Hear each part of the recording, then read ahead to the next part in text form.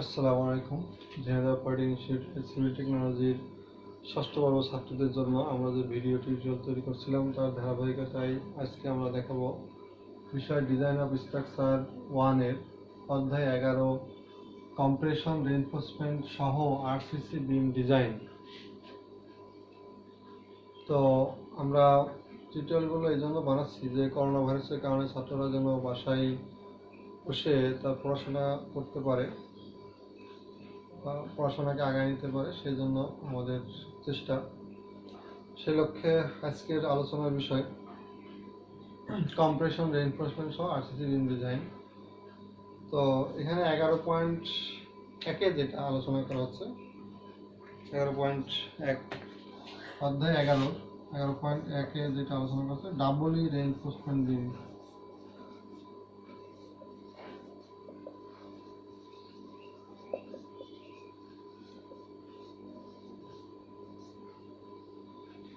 Compression reinforcement যখনই ব্যবহার করা হয় তখন সেটাকে বলা হয় ডাবলি রিইনফোর্সমেন্ট বিম। ডাবলি রিইনফোর্সমেন্ট বিম এবং অন্যান্য বিমের পার্থক্যটা কোথায় আমরা একটু দেখে নিই। ডাবলি রিইনফোর্সমেন্ট বিমের কখন আমরা ডিজাইন করব? যখন বিমের সাইজ নির্দিষ্ট থাকবে, সাইজ থাকবে নির্দিষ্ট। এই যে সাইজ আমরা এর আগে যে বিমটা আমরা ডিজাইন করছিলাম সেসব বিমের তো সাইজ নির্দিষ্ট ছিল না। আমরা স্প্যানের উপর নির্ভর করে একটা সাইজ ধরতেছিলাম, গভীরতা, তার সাথে প্রস্থ, এবং চেক করতেছিলাম বের করে। এরপরে 4 নম্বর ধাপে যে কার্যকরী গভীরতার সাথে বের করে আমরা ধাপ 1 এ যে গভীরতা বের করছিলাম সেটা ঠিক আছে কিনা দেখতেছিলাম। আর এখানে আগের অঙ্কগুলোতে বিমের আকার দেয়া থাকবে না, ডিজাইনের আকারগুলো আমাকে ধরে নিয়ে এটা বের করতে হবে। আর ডাবলি রিইনফোর্সমেন্ট বিমের ক্ষেত্রে আকার দেয়া থাকবে, বিমের সাইজ, প্রস্থ এবং গভীরতা বলে দেবে।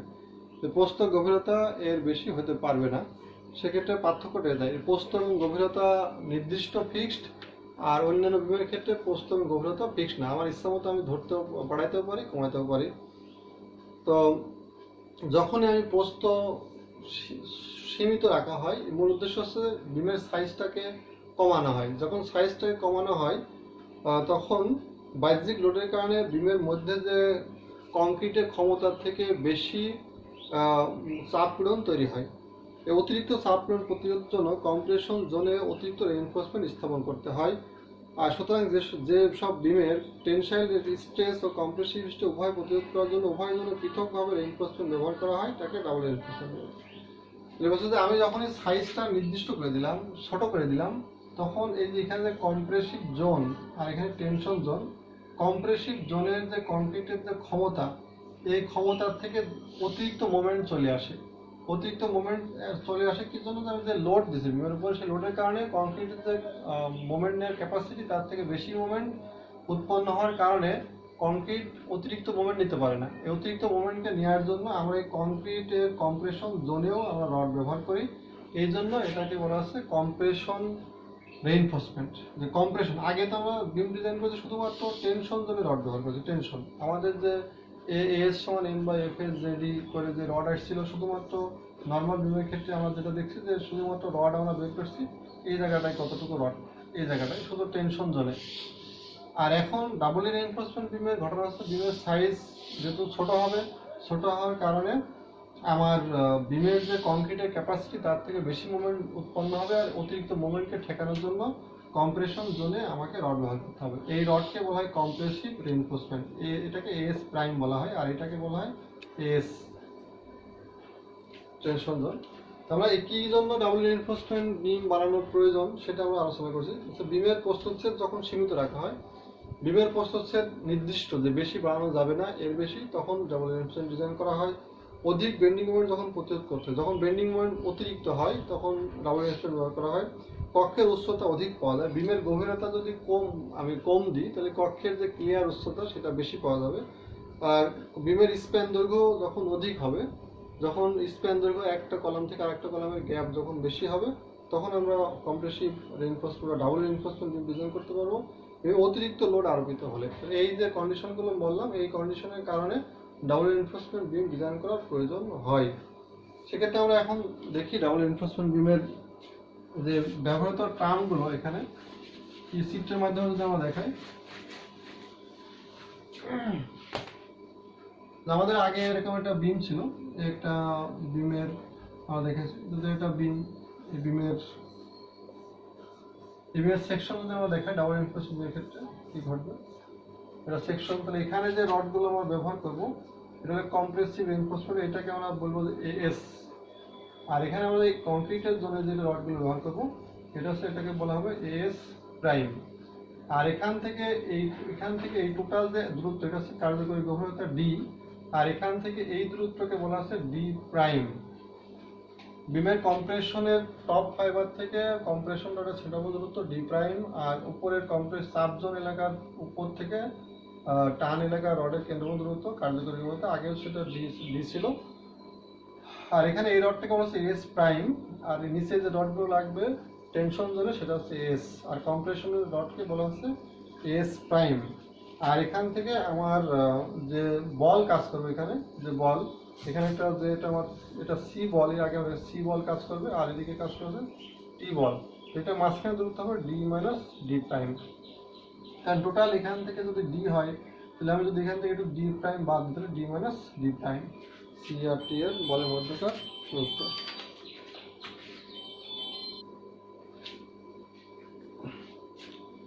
আমরা এখানে যে কম্প্রেসিভ ডাবল রিইনফোর্সমেন্ট বিমের আগে আমরা দেখাইছি যে আয়তাকার বিম, যেটা অধ্যায় 7-এ শুধুমাত্র নিচে রড ছিল আর উপরে কংক্রিট ছিল।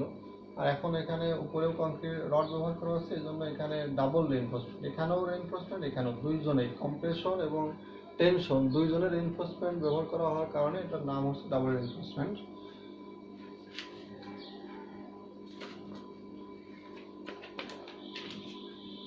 তাহলে আরসিসি সিঙ্গেল এবং ডাবল রিইনফোর্সমেন্টের পার্থক্যটা কি ছিল তার আগে আমরা দেখাই। আগে যখন আমরা করছি সেরকম ছিল এরকম, এখানে রিইনফোর্সমেন্ট ছিল, এটা ছিল এস এস, আর এখানে ছিল কংক্রিট, শুধুমাত্র এটা ছিল কংক্রিট সি। এখানে আমার যে পিরন ডায়াগ্রাম ছিল, এটা সি নিচ্ছিল কংক্রিট আর টার্ম নিচ্ছিল রডের ছিল। তো কেবলমাত্র সিঙ্গেল রিইনফোর্সমেন্ট, এটা হচ্ছে সিঙ্গেল রিইনফোর্সমেন্ট বিম, যেহেতু একদিকে রড এই জন্য নাম হচ্ছে সিঙ্গেল রিইনফোর্সমেন্ট বিম। কেবলমাত্র টান পীড়ন প্রতিরোধ করার জন্য টেনসাইল জন্য রিইনফোর্সমেন্ট ব্যবহার করা হয়।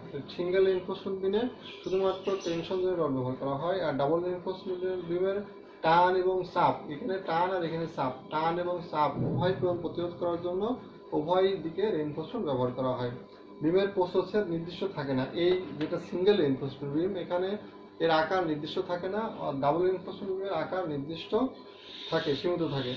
কক্ষের উচ্চতা কম পাওয়া যায়, এই যেহেতু সিঙ্গেল রিইনফোর্সমেন্ট বিমের আকার সাইজ গভীরতা বেশি হয়, এই জন্য কক্ষের ক্লিয়ার উচ্চতা কমে যায়, আর এটা বিমের গভীরতা কম হওয়ার কারণে কক্ষের ক্লিয়ার উচ্চতা বেশি পাওয়া যায়।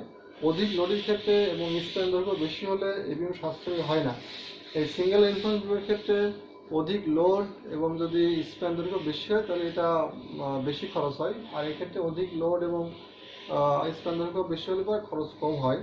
আলো বাতাস কম পাওয়া যায়, প্রতিবন্ধকতা বেশি তৈরি করে, এখানে প্রতিবন্ধকতা কম তৈরি করে। রিইনফোর্সমেন্ট এটাতে কম লাগে, এটাতে রিইনফোর্সমেন্ট বেশি লাগে। এখন আমরা দেখবো একটা ডাবল রিইনফোর্সমেন্ট বিমের থিওরি আমরা যা বললাম এতটুকুই। এখন আমরা একটা ডাবল রিইনফোর্সমেন্ট বিম ডিজাইন করে দেখাবো।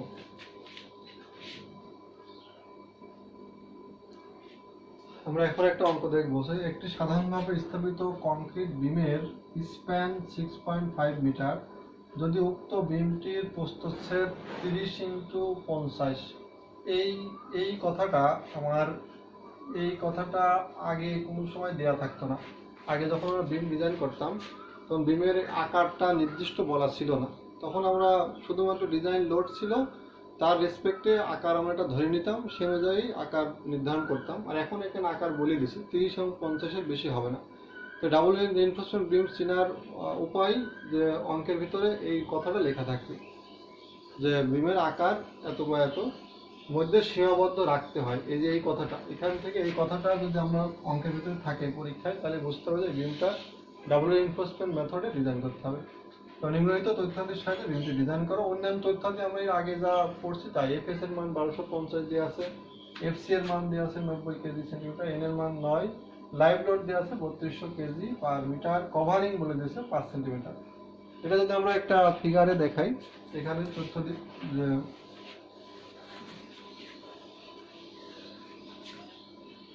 তাহলে এটা একটা বিম যেটা এটা লেন্থ আছে 6.5 মিটার, আর এর উপরে যে আছে ওমেগার লাইভ লোড দেওয়া আছে, 3200 KG per metre live load. তাহলে আমাকে বিমের নিজস্ব ওজন বের করতে হবে, যেহেতু নিজস্ব ওজন দেওয়া নাই। আমি আবার বলছি, যদি ডিজাইন লোড ধাপ 1 আছে ডিজাইন লোড নির্ণয়।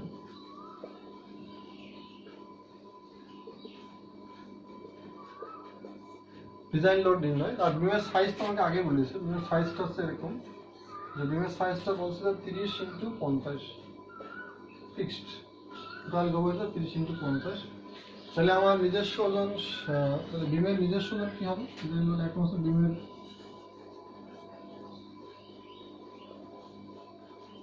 ওয়ান মিটার দৈর্ঘ্য, আর পোস্ট আছে 0.30, আর গভীরতা 0.50 কিন্তু 2400। যদি এটা করা যায় তাহলে এখান থেকে আসছে আমার 2340 কেজি। তাহলে 1 মিটার জায়গা বিমের এই যে 1 মিটার, যদি আমরা চিন্তা করি 1 মিটার লেন্থের উপরে বিমের যে নিজস্ব ওজনের কারণে লোড আছে 2340 কেজি। আর হচ্ছে আরোপিত লোড, বিমের উপরে সচল লোড, বিমের উপর সচল লোড মানে লাইভ লোড, সচল লোড দিয়ে আছে এখানে আর 1 ইন্টু 3200। এখানে যদি আমরা পুরাটা এখানে একবারে নেওয়া হয়েছে যে 6.5, পুরা বিমটার ওজন কতটুকু? 6.5 মিটার দৈর্ঘ্য, আর 0.30 তার প্রস্থ, এবং 0.5 তার গভীরতা, 2400 করে 2340 কেজি হয়। এখানে সচল লোডও আছে, যদি আমার প্রতি মিটারে 3200 করে, 6.5 ইন্টু 3200, 6.5 ইন্টু 3200 এটা যদি করে তাহলে এখানে আছে 2800 কেজি, 2800 কেজি। তাহলে আগে ছিল আমার এইটার 2340 কেজি বিমের নিজস্ব ওজন, আর লাইভ লোড আছে 20800 কেজি। এমনি আছে মোট ওজন, যেটা টোটাল ডাব্লু আছে এখানে 23140 কেজি। এর আগের অঙ্কেতে আমরা কি করতেছিলাম, যে 1 মিটার চিন্তা করতেছিলাম, যে 1 মিটার। এখন পুরাটাই আমি নিয়ে নিয়েছি, এই জন্য একদম পুরা টোটাল ডাব্লু এখানে বেরিয়েছে, ওমেগা না, এটা হচ্ছে মোট ডাব্লু। বিমের উপরে টোটাল নিজস্ব ওজন এবং আরোপিত লোড সহ 23140 কেজি। যদি কোনো অঙ্কে বিমের নিজস্ব ওজন সহ বলে দেয়, নিজস্ব ওজন সহ 3000 কেজি বা 5000 কেজি লোড চাপানো আছে, তাহলে নিজস্ব ওজনটা এখানে আর ধরা লাগবে না, তখন একবার এখানে বলে দিলে হবে যে এত কেজি লোড। তো ধাপ আমার ধাপ টুতে আছে সর্বোচ্চ শেয়ার ফোর্স।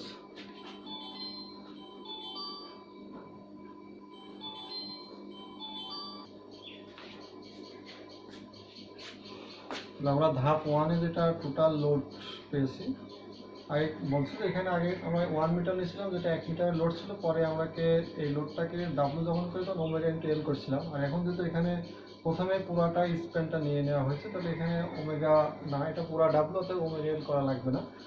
এখানে ধাপ 2 তে আমার ছিল যে সর্বোচ্চ শেয়ার,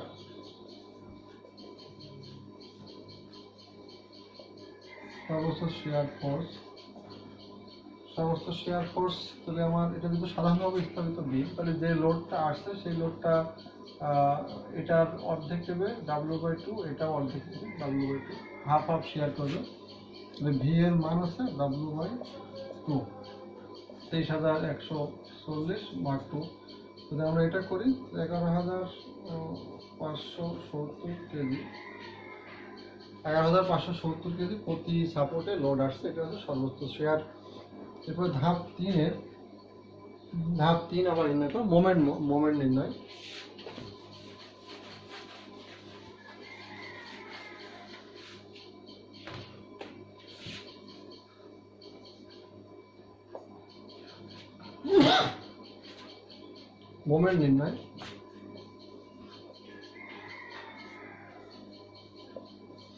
এই মোমেন্ট নির্ণয়টাই আমার এখানে পার্থক্য ডাবল রিইনফোর্সড বিমের আগের থেকে।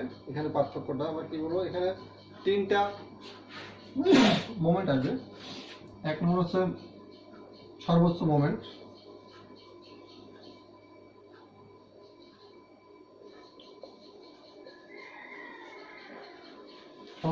সেটা হচ্ছে যে এম সমান WL/8, ডাব্লু থেকে আগে বলছি যে টোটাল হচ্ছে 30,140 কেজি, এল আছে 6.5 ভাগ 8 ইন্টু 100। এটা করে এখান থেকে মোমেন্ট আসছে আমার 1,88,125 কেজি সেন্টিমিটার। তাহলে এই মোমেন্টটা হয়তো আমি আগেও বের করছি, আগের নিয়ম এটা ঠিক আছে। এখন 2 নম্বর যেটা বলছে যে রেজিস্টিং মোমেন্ট, 2 নম্বর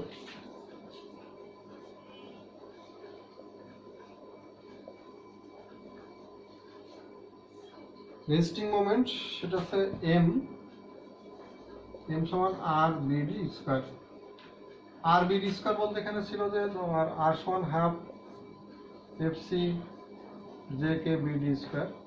এইটুকু হচ্ছে আর এর মান, এইটুকু হচ্ছে R BD half FC J K BD. এটা আমরা 7 অধ্যায়ে যখন প্রমাণ দেখাই তখন দেখাইছি যে কংক্রিটের প্রতিরোধী মোমেন্ট, কংক্রিট কতটুকু মোমেন্ট নিতে পারে সেটা হচ্ছে যে এইটা ক্ষমতা, কংক্রিটের ম্যাটেরিয়ালের ক্ষমতা। যে এফ প্রাইম সি হচ্ছে কংক্রিটের ক্ষমতা, বিচ্ছিন্ন শক্তি, half F C J K BD square.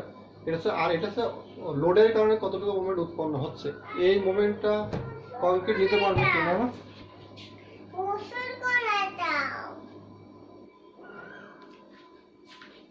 আমরা প্রথমে মোমেন্ট বের করেছিলাম, বলছিলাম যে এটা সর্বোচ্চ মোমেন্ট যেটা লোডের রেসপেক্টে আসবে, আর এটা ম্যাটেরিয়ালের কংক্রিটের নিজস্ব ক্ষমতা দিয়ে আসবে। এটা কংক্রিট কতটুকু মোমেন্ট নিতে পারবে এটা দিয়ে আসবে।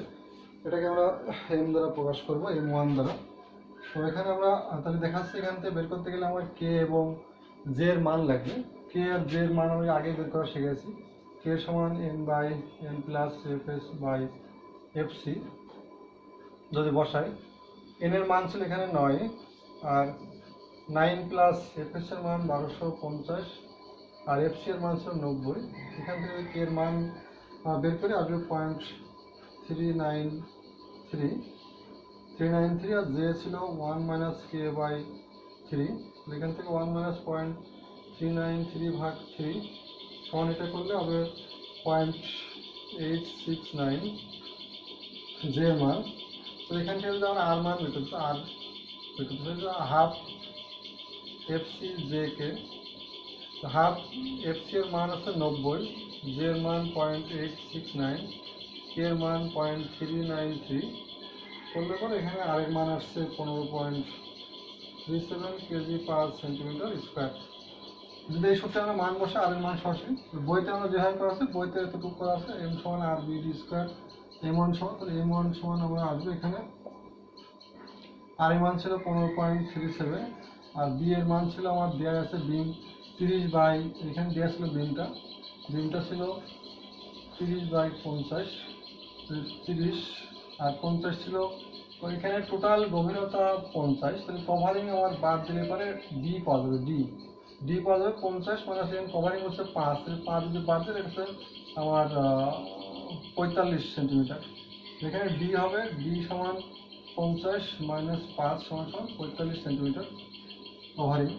যদি আমরা এটা করি 45 স্কোয়ার। তো এখান থেকে এখন যেটা মান আসবে সেটা হচ্ছে মোমেন্ট 93372 এত কেজি সেন্টিমিটার স্কোয়ার। তাহলে এখানে দেখা যাচ্ছে যে 9,33,727 কেজি সেন্টিমিটার লোড নিতে পারে কংক্রিট, আর এখানে মোট উৎপন্ন হচ্ছে 18,08,185। তার মানে কংক্রিট যা নিতে পারে তার থেকে বেশি মোমেন্ট তৈরি হচ্ছে। তাহলে অতিরিক্ত মোমেন্টকে নেওয়ার জন্য আমাকে কম্প্রেসিভ কংক্রিটের ক্যাপাসিটি দেখা যাচ্ছে, কংক্রিটের ক্ষমতা, এই যে কম্প্রেসিভ জোন, কংক্রিটের নিজস্ব ক্যাপাসিটির থেকে বেশি মোমেন্ট তৈরি হচ্ছে। তো অতিরিক্ত মোমেন্টকে বহন করার জন্য অতিরিক্ত রড ব্যবহার করতে হবে।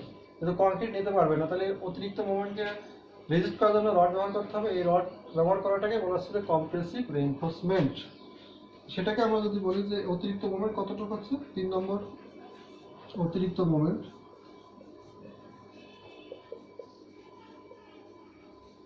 অতিরিক্ত মোমেন্ট এম সমান M2 সমান এম মাইনাস M1, কারণ টোটাল মোমেন্ট এটা, আর কংক্রিট যা নিতে পারবে তার থেকে যেটা বেশি হবে সেটা হচ্ছে অতিরিক্ত মোমেন্ট।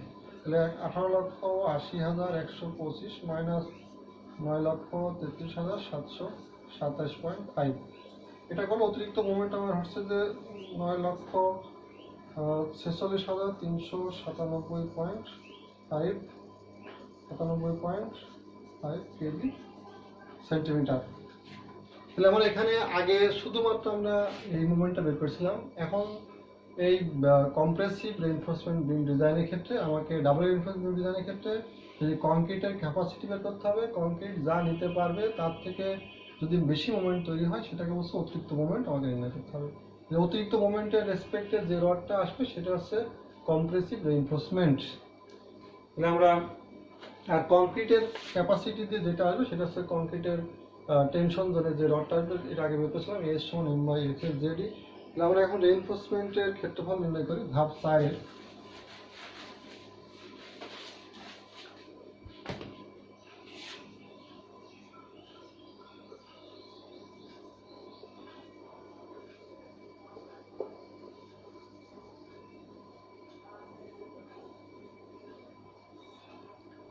রিইনফোর্সমেন্ট ক্ষেত্রফল এখন হচ্ছে টেনসাইল রিইনফোর্সমেন্ট।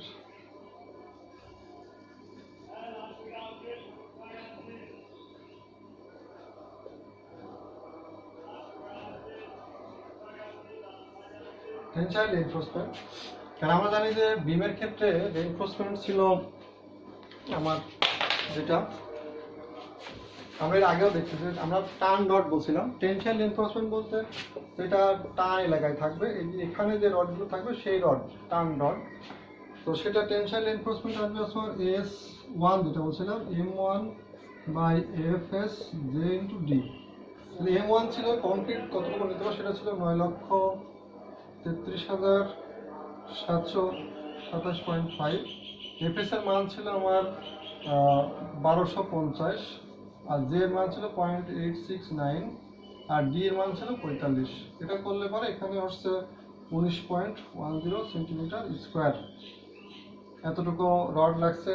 আর S2 যেটা অতিরিক্ত মোমেন্ট, যেটা বললাম যে S2 যেটা অতিরিক্ত মোমেন্ট M2 বাই অতিরিক্ত মোমেন্টের জন্য FS D minus D prime যদি আমরা করি, M2 এর মান ছিল 9,46,397.5 ভাগ আছে 1250 into D 45 minus D prime 5।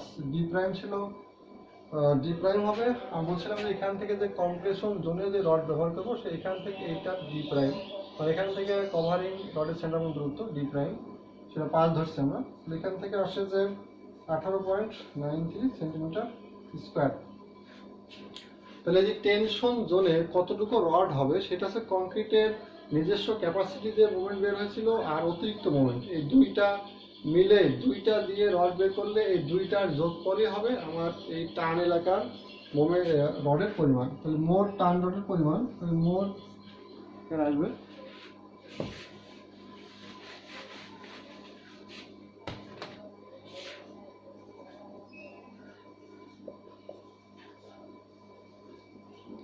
S সমান হবে যে AS1 প্লাস AS2। AS1 ছিল 19.10 আর AS2 হচ্ছে 18.93 সমান হচ্ছে যে এটা হচ্ছে 38.03 সেন্টিমিটার স্কোয়ার। তাহলে এখানে দেখা যাচ্ছে যে আমরা যদি 5টা 32 মিলিমিটার ডায়া রড ব্যবহার করি, যদি আমরা এখানে 32 মিলিমিটার ডায়া রড ব্যবহার করি, যে তাহলে আমার একটা রডের ক্ষেত্রফল হয় 5টা রডের ক্ষেত্রফল। এখানে বলছে যে 5টা 32 মিলিমিটার ডায়া রড ব্যবহার করলে 5টা রডের ক্ষেত্রফল হয়, ব্যবহার করলে রডের ক্ষেত্রফল হয় যে 5 ইন্টু পাই বাই 4 ইন্টু 32 মানে 3.2 স্কোয়ার। এটা আছে 40.21 সেন্টিমিটার স্কোয়ার। এটা এখানে এর থেকে বেশি আছে 38.02 সেন্টিমিটার স্কোয়ার। এখানে আমরা কয়টা রড টোটাল এতটুকু রড লাগবে। এখানে আমরা যেহেতু রডের পরিমাণ অনেক বেশি লাগে এই জন্য রডের ব্যাসটা আমরা বেশি ধরবো। সাধারণত 16, 20 বা 25 মিলিমিটার ডায়া ধরলে বা রডের সংখ্যা বেশি হবে, অর্থাৎ বেশি পরিমাণ রড ব্যবহার আসলে পারে তখন হয়তো 5টা 10টা রড আসলে তখন এক লেয়ারের রড হবে না, তখন ডাবল লেয়ারের রড বসাতে হবে। আর এখানে যে জায়গা তোমার 30 সেন্টিমিটার, 30 সেন্টিমিটার ভিতরে তো রড বসায় আরও গ্যাপ থাকতে প্রত্যেক রড থেকে রডের ব্যবধান গ্যাপ থাকে ফোয়া বালি ঢোকার জন্য। তো এখানে আমরা যদি 5টা 32 মিলিমিটার রড ব্যবহার করি সেটা হচ্ছে 40.21 সেন্টিমিটার হয় 500 রডের ক্ষেত্রফল, কিন্তু এখানে লাগবে 38 সেন্টিমিটার হলে হয়। তাহলে আমার যেহেতু বেশি আছে অথবা আমার রড ব্যবহার করা ঠিক আছে। এখন তাহলে এটা ঠিক আছে আমরা আগের নিয়মে ব্যবহার করলেও হবে। আগের নিয়মে যে আমরা ব্যবহার করছিলাম যে রডের এরিয়া ছোট এরিয়া বা বড় এরিয়াকে ছোট এরিয়াতে ভাগ দিয়ে রডের সংখ্যা বের করেছিলাম ব্যবহার করলাম। এখন তাহলে আমরা টান রডের টোটাল এখানে পাইলাম যে এখানে টান রড টান এলাকায় 5টা রড, 1টা 2টা 3টা 4টা 5টা, টোটাল আছে 5টা রড হবে, 5টা 32 মিলিমিটার ডায়া। তাহলে এখন আমাকে বের করতে হবে যে এস প্রাইম কম্প্রেসিভ জোনের কতটুকু রড লাগবে, এই রডটা আমাকে বের করতে হবে। এর আগে তো এইটা ছিল না, এর আগে শুধুমাত্র টান রডেরটা বের করলে হতো। এখন যেহেতু কংক্রিট নিতে পারছে না মোমেন্ট, এই জন্য অতিরিক্ত মোমেন্টকে নেওয়ার জন্য কংক্রিটের যে চাপ এলাকায় আমাকে রড ব্যবহার করতে হবে, সেটা হচ্ছে কম্প্রেসিভ রিইনফোর্সমেন্ট। 2 নম্বর ছিল কম্প্রেসিভ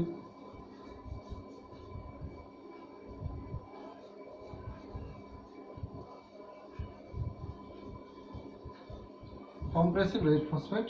এটাকে হচ্ছে যে আমরা কম্প্রেসিভ রিইনফোর্সমেন্টের জন্য সূত্র ছিল এস প্রাইম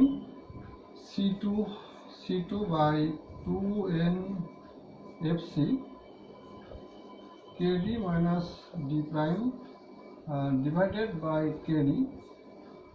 এখানে C2 এর মান আমাকে বের করে নিতে হবে। C2 সমান ছিল M2 by D minus D prime. C2 সমান চাপ এলাকার বল, C2 মানে চাপ এলাকার বল, কংক্রিটের চাপ এলাকার কতটুকু ফোর্স আসবে M2 অতিরিক্ত মোমেন্টের কারণে, সেটা 9,46,397.5 আমাদেরকে এমপি আগে বের করেছে। ডি হচ্ছে 45 মাইনাস 5, এটা করলে এটা হচ্ছে C2 এর মান হচ্ছে আমার ফোর্স, যেটা 2,36,594 এত কেজি। চাপ এলাকার কম্প্রেসিভ অতিরিক্ত বল আসছে, এই বলটার কারণে আমার অতিরিক্ত রড লাগবে ঠেকানোর জন্য। বের করলাম যে 2365.9.94, আর 2 ইন্টু এন এর মান ছিল 9, এফসির মান ছিল 90, আর কে এর মান ছিল 0.393, আর ডি এর মান ছিল 45, ডি প্রাইম ছিল 5, আর এখানে ডিভাইডেড ভাগ আকারে ছিল কে এর মান 0.393 ইন্টু ডি ছিল 45। ডি প্রাইম আগে বলছে, ডি প্রাইম মানে কংক্রিটের উপরের যে কভারিংটা সেটা হচ্ছে ডি প্রাইম বলা হচ্ছে। তাহলে এখান থেকে যদি আমরা রডের পরিমাণ বের করতে চাই তাহলে এই টোটাল ক্যালকুলেশন করলে এটাতে আসছে আমার 20.36 সেন্টিমিটার। এতটুকু রড লাগবে এই চাপ এলাকায়। তাহলে কত মিলিমিটার ডায়া রড ব্যবহার করলে এতটুকু ক্ষেত্রফল পাওয়া যাবে। তাহলে এখানে বলছে যে 5টা যদি আমরা 25 মিলিমিটার রড ব্যবহার করি, 25 মিলিমিটার ডায়া রড ব্যবহার করলে ক্ষেত্রফল হবে 5টা into pi by 4 into 25 square, এটা হচ্ছে 24.54 সেন্টিমিটার স্কোয়ার, যেটা আমার 20.36 সেন্টিমিটার স্কোয়ার। আমার লাগবে 20.36 সেন্টিমিটার। আমি যদি 5টা 25 মিলিমিটার রড ব্যবহার করি তার ক্ষেত্রফল হয় 24.54, আর বেশি দিচ্ছি, অতএব ঠিক আছে। এটা রডের পরিমাণ আগে বলছি, রডের পরিমাণের আগে যে রডের সংখ্যা আমরা বের করেছিলাম, রডের সংখ্যা n সমান s বাই s, এভাবে বের করলেও হবে। রডের সংখ্যাটা এত কম বানাতে হবে, বেশিটা রড ব্যবহার করতে হবে যাতে রডের সংখ্যা কম হয়, রড প্লেস করা আমার জন্য সুবিধা হয়। তাহলে এখানে এখানে কম্প্রেশন রড আছে যে 5টা 25 মিলিমিটার ডায়া রড। তাহলে এখন দেখা যাচ্ছে যে আমরা টেনশন এবং কম্প্রেশন উভয় জনে রড ব্যবহার করতে হচ্ছে, কারণ সাইজ বাড়ানো যাচ্ছে না। যে পরিমাণ মুভমেন্ট তৈরি হচ্ছে উৎপন্ন হচ্ছে রোডের কারণে, সেই মুভমেন্টকে নেওয়ার জন্য যে পরিমাণ সাইজ দরকার ছিল ওই পরিমাণ সাইজ আমরা ধরি নাই, সাইজ কমাইছি। সাধারণত 6.5 সেন্টিমিটার মিটার স্প্যানের জন্য আমরা বিমের গভীরতা ধরতাম 60 থেকে 65 সেন্টিমিটার, কিন্তু এখানে গভীরতা ধরছি 50 সেন্টিমিটার। গভীরতা কম ধরার কারণে কংক্রিটের ক্ষেত্রফল কমে গেছে, কংক্রিটের ক্যাপাসিটিও কমে গেছে। এই জন্য অতিরিক্ত মুভমেন্টকে নেওয়ার জন্য আমরা কংক্রিটের জোনে রড ব্যবহার করছি, এটাকে কম্প্রেসিভ রিইনফোর্সমেন্ট বলে। এটাকে এই জন্য যেহেতু টেনশন এবং কম্প্রেশন উভয় জনে রড ব্যবহার করা হচ্ছে, এই জন্য এটার নাম হচ্ছে ডাবল রিইনফোর্সমেন্ট বিম। এর পরবর্তীতে বিমের যে ধাপগুলো, কত স্টিরাপ লাগবে কিনা এবং কতদূর ব্যাপী স্টিরাপ ব্যবহার করা হবে, তো এইসব বিষয়গুলো আমরা এর আগেও যা শিখছি সেই রকমই একই রকম অধ্যায় 7-এ যে আমরা সমাধান করছি সেটা এখানেও সে একই রকম। অথবা এটা আমরা আজকে আলোচনা করলাম না, যেহেতু এর আগে আলোচনা করা হয়েছে পরবর্তী ধাপগুলো, 6, 7, 8 স্টিরাপ লাগবে কিনা, লাগলে কতটুকু লাগবে, তার ব্যবধান এবং বন্ড টু চেক, এটা আমরা আগেও দেখছি। তাহলে বিভিন্ন যদি আমরা ড্রয়িং আঁকাই, বিস্তারিত চিত্র আছে, এটা পাওয়া যাবে। এটা আমরা তাহলে আমার এখানে রড ছিল, নিচে ছিল 5টা 32 মিলিমিটার, আর উপরে ছিল 5টা 25 মিলিমিটার রড। এখানে নিচে দিচ্ছি যে 5টা 32 মিলিমিটার ডায়া রড, আর এখানে উপরে দিচ্ছে আমাদের 5টা 25 মিলিমিটার ডায়া রড। যেহেতু এখানে দুই পাশে রড ব্যবহার করছে, অর্থাৎ রড ক্র্যাম করার দরকার নাই। আর এখানে তো আমরা এই যে কভারিং যে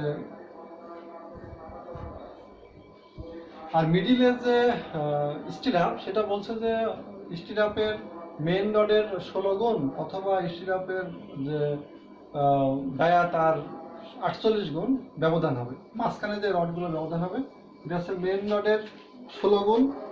মেইন রড যদি 32 মিলিমিটার 16 গুণ করলে যতটুকু ততটুকু ব্যবধান হতে পারে, অথবা রিংয়ের 48 গুণ ব্যবহার করতে হবে মাঝখানে।